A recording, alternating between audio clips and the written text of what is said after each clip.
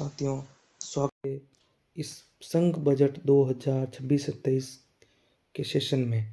इसमें हम देखेंगे जो एक आम नागरिक को समझना चाहिए कि क्या होता है संघ बजट 2026 में, क्या किस पर ज़्यादा पैसे खर्च किए और पैसे खर्च किए तो किए, हमारे पास पैसे आते कहाँ से हैं, भारत सरकार के पास पैसे आते कहाँ से हैं उसको भी देखेंगे और पैसे कहाँ कहाँ खर्च करते हैं भारत सरकार, इसको भी देखेंगे। कंप्लीट जानकारी बजट की इस वीडियो में मिलेगी। तो चलिए शुरू करते हैं। अब सबसे पहले जो ओवरऑल व्यू है बजट का उसको देखते हैं कि इसको पेश करने वाली महिला सीतारमण है जो सबसे ज़्यादा बार रिकॉर्ड बनाया है कि 9वीं बार इन्होंने पेश किया है बजट को। और बजट कब पेश किया? 1 फरवरी 2026 को, और रविवार को पहली बार बजट पेश हुआ है। ध्यान में रखना, आज तक इतिहास में रविवार में पहली बार बजट पेश हुआ। और इसमें कुल कितने पैसे खर्च करने का वादा किया गया कि इसमें कहा गया है कि 53.5 लाख करोड़ रुपए खर्च किया जाएगा इस अगले साल में। ठीक है, आंकड़ा ध्यान रखना, 53.5 लाख करोड़ इतनी खर्च करेंगी हमारी भारत सरकार पैसे। फिर है नॉन डेट प्राप्तियाँ, यानी जहाँ हमें टैक्स वापस रिटर्न नहीं देना पड़ेगा, उसकी प्राप्तियाँ कितनी हुई है? 36.5 लाख करोड़। कितनी? 36.5 लाख करोड़। अब और क्या है? और नॉन नेट टैक्स प्राप्तियाँ, इन टैक्स से कितनी प्राप्ति हुई है? 28.7 लाख करोड़। इसमें डायरेक्ट टैक्स भी है, इनडायरेक्ट टैक्स भी है, ये नॉन और नेट टैक्स प्राप्तियाँ। ठीक है, अब सबसे ज़्यादा इम्पोर्टेंट है, अब जो सवाल पूछा जा सकता है कि पूंजीगत व्यय पब्लिक कैपेक्स पर कितना खर्च किया है भारत सरकार ने।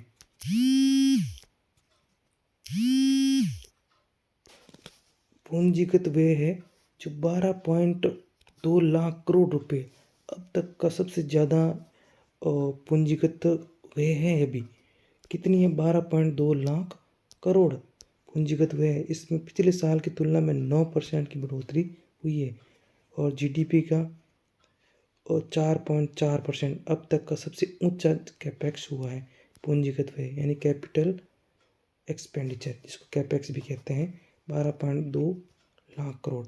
अब सबसे इम्पोर्टेंट कि पैसा आता कहाँ से है भारत सरकार के पास, जो इतना कुछ खर्च कर रही है, पैसा आता कहाँ से? तो सबसे पहले कि 24% बोरोविंग और लाइबिलिटीज़, यानी सरकार 24% उधार लेती है। 100 रुपया आता है सरकार के पास, तो उसका 24% तो वो क्या लेती है? उधार, जिसको वापस उसको चुकाना होता है। फिर क्या है? फिर नॉन डेट कैपिटल रिसीट 2% आती है कि ये जो कैपिटल रिसीट है 2%, इसको हमारे लोन नहीं कहेंगे, ये कैपिटल रिसीट है। ठीक है, फिर और नॉन टैक्स रेवेन्यू, यानी जो टैक्स से नहीं होता है वो कितना है? 10% रेवेन्यू, जो टैक्स से मिलता नहीं है, नॉन टैक्स रेवेन्यू है। ठीक है, अब जीएसटी से 100 रुपये आता है, उससे उसका 15% जीएसटी से आता है। ठीक है, और फिर 6% यूनियन एक्साइज ड्यूटी से, 4% कस्टम से, और इनकम टैक्स भरते हो उससे भारत के पास 21 रुपये आता है, 21% आता है।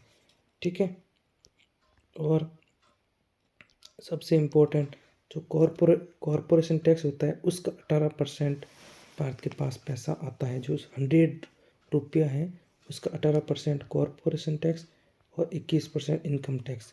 इनकम टैक्स जो इनकम देते हैं मिडिल क्लास लोग, और कॉरपोरेशन वाली कंपनियों वाले के ऊपर टैक्स लगाते हैं, उसका 18%। ठीक है, तो पैसा कहाँ से आता है ये आपने देख लिया। अब इम्पोर्टेंट, पैसा जाता कहाँ है? देखो, 24% तो हमें उधार लेते हैं, 100 रुपये का 24% हम उधार लेते हैं, 1/4 के आसपास हम उधार लेके देश को चला रहे। तो पैसा जाता कहाँ है देख लो देशवासियों, रुपया कहाँ जाता है? सबसे 22% जो होता है पैसा 100 रुपये का 22 रुपये, तो वो तो जाता है स्टेट को दे दिया जाता है सीधा सीधा। 7% finance commission and other transfer होते हैं 7%। फिर सेंट्रल स्पॉन्सर स्कीम में 8% पैसे जाता है, और अदर एक्सपेंडिचर में 7%। सिविल जो पेंशन होता है उसका 2 रुपये जाता है। सेंट्रल सेक्टर स्कीम में 17% जाता है। ठीक है। अब डिफेंस को 11% पैसा मिलता है, और मेजर सब्सिडी को 6%। और जो 24% हम लेते हैं उधार, तो उसका 20 रुपये तो हम उसका ब्याज दे देते हैं। ब्याज में 20 रुपया उसका चला जाता है। और सेंट्रल स्पॉन्सर्ड स्कीम जो स्टेट में चलती है, वो उसमें 8 रुपया 8% चला जाता है। ठीक है। ये था 100 रुपये का कहाँ कहाँ जाता है और कहाँ कहाँ से 100 रुपया आता है। 100% हमने देखा। अब पूंजीगत प्राप्तियाँ और राजस्व प्राप्तियाँ। पूंजीगत प्राप्तियाँ वो प्राप्तियाँ होती है जो एक मुश्त मिलती है, ठीक है, और उसको वापस देना पड़ता है। ठीक है। ये पूंजीगत प्राप्तियाँ खराब मानी जाती है, और राजस्व प्राप्तियाँ अच्छी मानी जाती है। ठीक है। पूंजीगत प्राप्तियाँ खराब और राजस्व प्राप्तियाँ अच्छी मानी जाती है, क्योंकि ये इनको वापस देना पड़ता है, इसको वापस नहीं देना पड़ता। ठीक है। इसमें क्या है कि ये पूंजीगत प्राप्तियाँ लगातार बढ़ रही, और 2026-27 में ये 18.1 लाख करोड़ थी, और ये राजस्व प्राप्तियाँ 35.3 लाख करोड़ होगी। ठीक है। राजस्व प्राप्तियाँ। अब आगे बढ़ते हैं कि ये व्यय, पूंजीगत व्यय को अच्छा माना जाता है, और राजस्व व्यय को इतना अच्छा नहीं माना जाता। लेकिन पूंजीगत व्यय में लगातार इसमें भी 17.1 लाख करोड़ खर्च हो रहे हैं 2026-27 में, और राजस्व में 41.3 लाख करोड़ रुपया खर्च हो रहा है। जो अच्छा माना जाता है उस पर कम हो रहा है, जो अच्छा नहीं माना जाता उस पर ज़्यादा हो रहा है। ये 17.1 लाख करोड़ है और 41.3 लाख करोड़ है। ठीक है। अब इम्पोर्टेंट है 2000 जो बजट आया है, इसमें कहाँ कहाँ पैसा कहाँ कहाँ खर्च हो रहा है। तो ट्रांसपोर्टेशन यानी परिवहन पे सबसे ज़्यादा 5,98,520 लाख करोड़ रुपये परिवहन पे खर्च कर रहे हैं। यानी सड़कें बनाना, करना, पुल बनाना, इस पे सबसे ज़्यादा खर्च किया जा रहा है भारत सरकार के द्वारा। उसके बाद सेकंड पे आता है डिफेंस, जिस पे 5,94,585 लाख करोड़ रुपया खर्च हो रहा है डिफेंस पे। ठीक है। परिवहन के बाद सबसे ज़्यादा डिफेंस पे, और तीसरे नंबर पर हो रहा है ग्रामीण विकास पे। गाँवों के विकास के लिए 2,73,108 करोड़ रुपया गाँवों के विकास के लिए, और जो होम बनाते हैं गरीबों के लिए उसमें 2,55,234 करोड़ रुपया।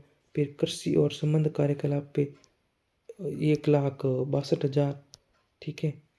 फिर शिक्षा पे देखो, ग्रामीण विकास सबसे शिक्षा से ऊपर है, घर बनाना घर शिक्षा से ऊपर है, कृषि और संबंध ये भी शिक्षा से ऊपर है। ठीक है। इस शिक्षा पे खर्च हो रहा है 1,39,289। फिर ऊर्जा पे, एनर्जी पे 1,09,029। फिर हेल्थ देखो इतने नीचे है, 1,04,599 करोड़। फिर आता है शहरी विकास, और सिटी के जो विकास में जो खर्च हो रहे हैं वो आ जाता है, वो लाख से नीचे उतर के 85,562 करोड़ रुपये खर्च शहरी विकास पे हो रहा है। उसके बाद किस पे हो रहा है खर्च? उसके बाद हो रहा है आईटी और दूर संचार पे 74,000 के आसपास। फिर वाणिज्य और उद्योग 70,000 करोड़ के आसपास। फिर सामाजिक कल्याण जो योजना चलाते हैं उस पर हो रहा है 62,000। वैज्ञानिक विभाग पर 55,000 करोड़ जो इसरो वगैरह में होता है। फिर कर प्रशासन जीएसटी वगैरह जो कलेक्शन में प्रशासन होता है उस पर 45,500 करोड़ रुपये तो वहीं पे खर्च हो रहा है उसको लोगों की व्यवस्था करने में। और विदेशी कामों में 22,199 करोड़ बजट में अलोकेट किया है। और वित्त के लिए 20,649। और सबसे इम्पोर्टेंट है कि ईस्टर्न जो इंडिया है उसके विकास के लिए अलग से इसमें बजट दिया है 6,812 करोड़। सबसे इम्पोर्टेंट नई चीज़ है कि ईस्टर्न इंडिया के विकास के लिए इसको अलग से बजट दिया। अब इसमें सबसे इम्पोर्टेंट जो डाटा याद रखने लायक है, करना चाहिए कि टारगेट क्या रखा है फिजिकल डेफिसिट को लेके। भारत सरकार ने 2026-27 बजट में 4.3 का टारगेट रखा है, ठीक है। जो 2025-26 में कितना था, 4.4 से कम रहने की उम्मीद है। इससे कम रखने का टारगेट लिया है 4.3 का जीडीपी का, ठीक है। अब डेट टू जीडीपी अनुपात कितना है, 55.6%। ध्यान रखना, डेट टू जीडीपी अनुपात कितना है, 55.6%। जो 2025-26 में कितना था, 56.1% था, ठीक है। और 2030-31 में टारगेट है कि वो 50 के आसपास आ जाए, 50 से एक कम या 50 से एक ज़्यादा, ठीक है। अभी 55.6 है और पिछले साल 56.1 था, और 2030-31 तक टारगेट है कि ये 50 के आसपास हो जाए। अब ग्रॉस मार्केट बोरोइंग ये कितनी है, 17.2 लाख करोड़, ठीक है। जो मार्केट से बोरोइंग करते हैं वो टोटल कितनी है, पिछले साल से ज़्यादा है। और वो कहाँ वापस जा कहाँ रही, पुराने कर्ज चुकाने के कारण ये वापस जा रही, 17.2 लाख करोड़ है ग्रॉस मार्केट बोरिंग, ठीक है। अब नेट मार्केट बोरिंग कितनी है, मार्केट से जो नेट होती है इसमें वो पुराने जो कर चुकाने का भी हो, तो इसमें 11.7 लाख करोड़ तो नेट मार्केट बोरिंग में है, जो पैसे अलोकेट हुए हैं। अब भारत सरकार के बजट में मुख्य फोकस किस पर है, मुख्य फोकस है युवा पर बजट में, फिर है गरीब पर, फिर अन्नदाता और नारी शक्ति सर्विस सेक्टर को 2047 तक ग्लोबल शेयर का 10% तक बनाना सर्विस सेक्टर को, ठीक है। अब एक और इम्पोर्टेंट नोट है कि फिजिकल कंसोलिडेशन और मैक्रो इकोनॉमिक स्टेबिलिटी, ठीक है। 2025-26 में फिजिकल डेफिसिट को 4.4 हासिल किया था, जो लक्ष्य रखा था 4.5 का, जो इससे बेहतर हमने 4.4 लगभग हासिल कर लिया है। और 2026-27 में टारगेट क्या है, 4.3, तो धीरे धीरे कम करके हम कोशिश कर रहे हैं। और डेट टू जीडीपी में लगातार गिरावट हो रही, और 2030 तक हमने 50% के आसपास करना है, ठीक है। अब है सबसे इम्पोर्टेंट है कि पूंजीगत व्यय और इंफ्रास्ट्रक्चर पर जबरदस्त जोर दिया है। 12.2 लाख करोड़ रुपए पूंजीगत व्यय है, जो 2014-15 में 2 लाख करोड़ था, उसका 6 गुना इस बार 2026-27 में बजट से खर्च होंगे कैपेक्स पर, ठीक है, ध्यान रखना।